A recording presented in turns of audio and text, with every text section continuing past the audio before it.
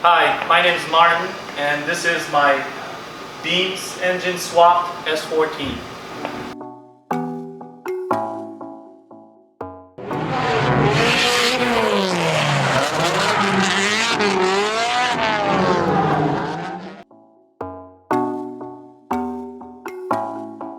I got into drifting around year 2000. My first drift car was 1986 Mazda RX-7 NA 2-rotor, and I kind of worked my way up. And then at one point, I bought this S14 with the stock K, and I drifted that for a little while. You know, I had a welded diff and a bucket seat like everybody else. And then when I got used to that setup, I went K turbo, which was a very reliable, fun setup at the time. And I drove that setup for years and years. And as I got better at drifting, I started watching closely people like Nakamura, Naoki from Japan, southern area of Japan. I got more into their southern Japanese style. And they were very particular in how they flick a car and how they went down the straightaway and clutch kick initiated into this, long straightaway, a J-hook turn.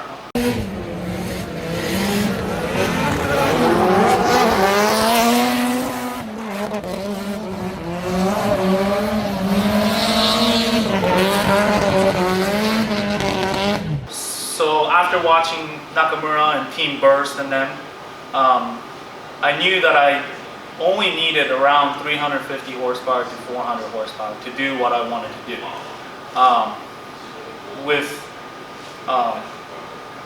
VA swap and inline 6 being really popular over here in the United States, I just knew that that wasn't really my style. So I didn't need the extra power from the V8 or inline 6. I just wanted something lighter and smaller so I can get the flick down.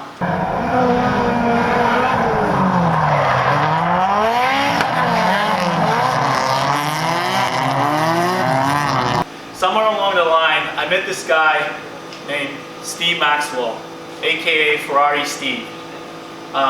He's had 30 plus years of racing and experience with working on exotic cars, Ferrari engines to be particular, and he's one of the most knowledgeable person I know about engines and racing. And I went to him because I was getting tired of my KA turbo setup being kind of maxed out with all the setup that I had at the time, and the price on KA core was getting really expensive. And I also looked around and researched for SR, and they were going for $2,000, short block. And I basically said, ask Steve, is there any way that we can accomplish what I want to accomplish without using those, same engines over and over? We looked around. Steve was very particular about the sound of the engine and how compact it was. And, we weighed out pros and cons of each engines, and basically said that Toyota 3SGE Beams engine that came in Japanese Altezza was a good candidate, because at the time when we first started doing this, we could pick up the engine and transmission for $1,200 from our JDM junkyard down the street. So that was a really big sign, and obviously Steve was very particular about engine specifications like bore to stroke ratio. Is it high compression? Is it going to withstand once we turbocharge it? And all that kind of stuff. And basically Steve green lighted, and this is what we came up with.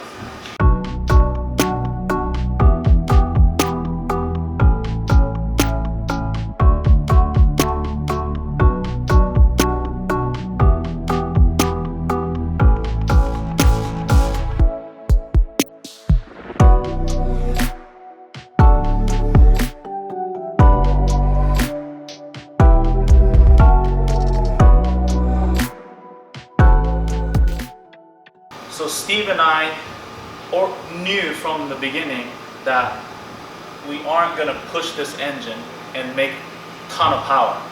Like I said, our target was around 350 horsepower. So instead of having more horsepower, we wanted to have a mechanical advantage by mounting the engine far back to have good weight balance and center of gravity low. That was one of the main things that we really focused on, is mounting the engine to this S chassis. The most important key elements that we implemented is mixture of the fuel. Ferrari Steve figured out that mixing E85 50% to 50% of 91 gasoline seemed to burn really well, and also raises the octane. Since this engine never came turbo, we wanted to make sure that that fuel was proper, so that after turbocharging it, it wouldn't detonate. And yeah, Steve did his thing, and he wired this whole thing up, and he adjusted his own cam timing, and he tuned it for me, and I couldn't complain a single thing. Only engine upgrades that we did was to add Toda Racing cam gears and the cam timing belt, the strengthened one. That's about it. The engine is bone stock, the bottom end is untouched, stock head gasket and all that. But like I said, everything kind of worked in unison. Adding the E85, altered cam timing, low boost. We are only running 10 pounds of boost, which is pretty low, and all those things kind of worked in unison and made this very fun and great setup. Driving characteristic of this car is amazing. I fell in love with it after doing the swap. I've driven S chassis with KA turbo, stock KA turbo, an SR, 2JZ, and a V8. I've driven all that, and they all have its own unique characteristic. But this one in particular, has a really good throttle response, much better than SR, I think. Beam's engine stock being 12.5 to 1 compression ratio, I think really helped out. And we didn't lower the compression. This engine is, bottom end is stock. Steve altered the cam timing and we turbocharged it. But for the most part, it has that really high compression ratio engine characteristic. What that translates to is your drivability. Like, you have throttle response at a low RPM before the turbo kicks in. So, you at a tight corner situation or whatever where you need a lot of bottom end throttle response, it's there. And it revs higher than SR. I've blown up multiple SRs. You guys all know, SRs can't really rev high unless you spend a lot of money and do a lot of work to it, which we didn't want to do. We wanted to keep this as simple as possible, so it's something that any of you can try to achieve, and we feel like we accomplished that goal. So after everything was done, Ferrari Steve street tuned it with me.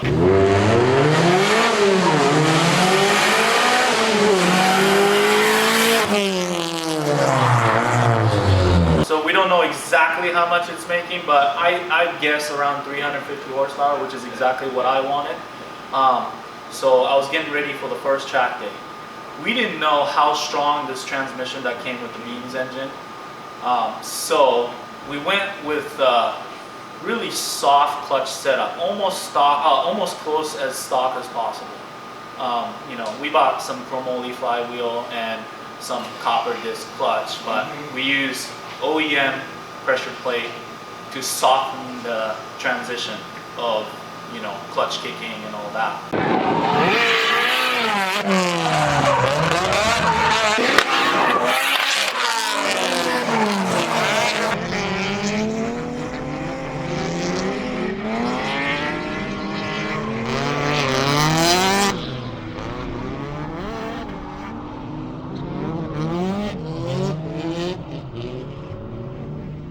First track day, for the most part, it worked great, except when I started going fast and, you know, after I got comfortable, I wanted to do these, you know, on throttle third gear clutch kick initiation, and obviously stock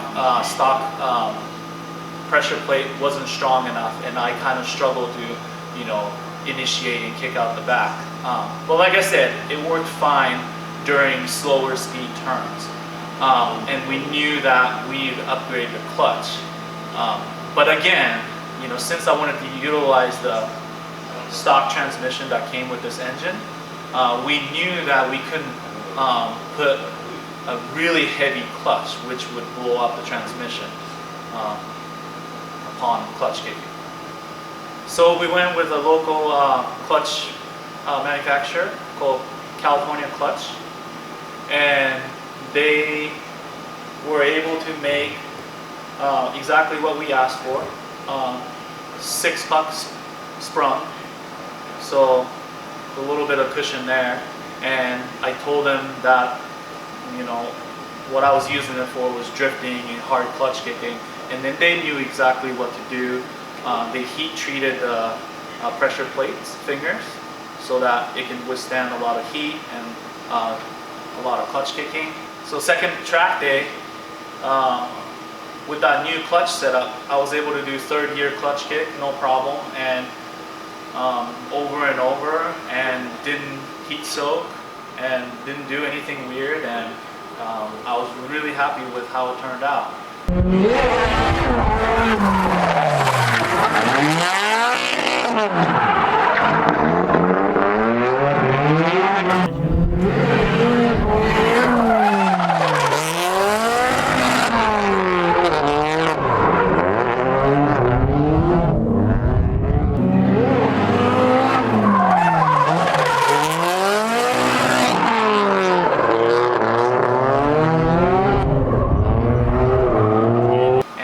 I'd say I've done 5 or 6 more track events, driving it really hard, and so far the engine, the transmission, clutch, this turbo setup, everything has been working great.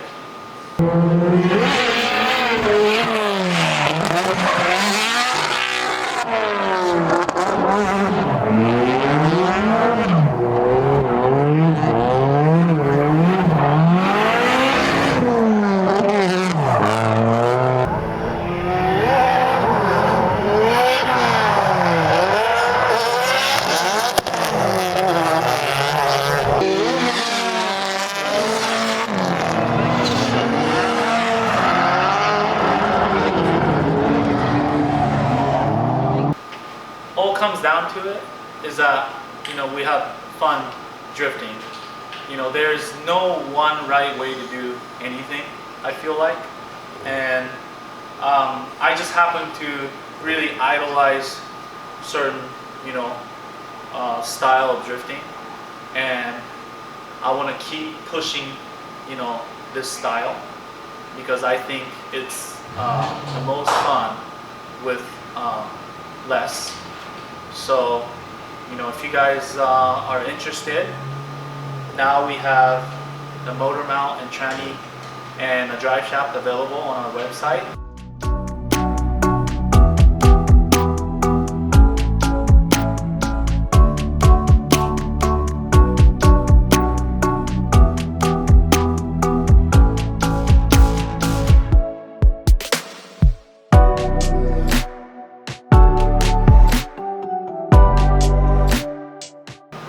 And if you guys have any questions, just feel free to ask. We just want to keep pushing. Thanks for watching, guys. Those are the key points on my beam swap S14, and I'll see you guys later. Hey, no, hey. So somewhere along the line, I met this guy named I wanted to drift just like them, and not. It's okay. So I wanted to have. This sounds stupid. Thanks for Oh, watching. hold on. Camera got turned. Thanks for watching.